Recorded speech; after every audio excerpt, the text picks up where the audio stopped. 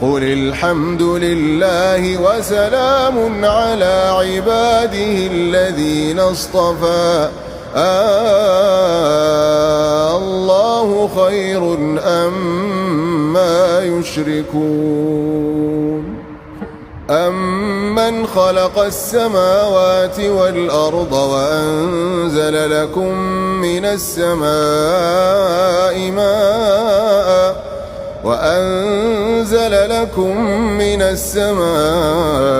ماء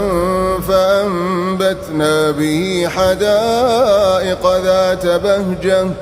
ما كان لكم أن تنبتوا شجرها أإله مع الله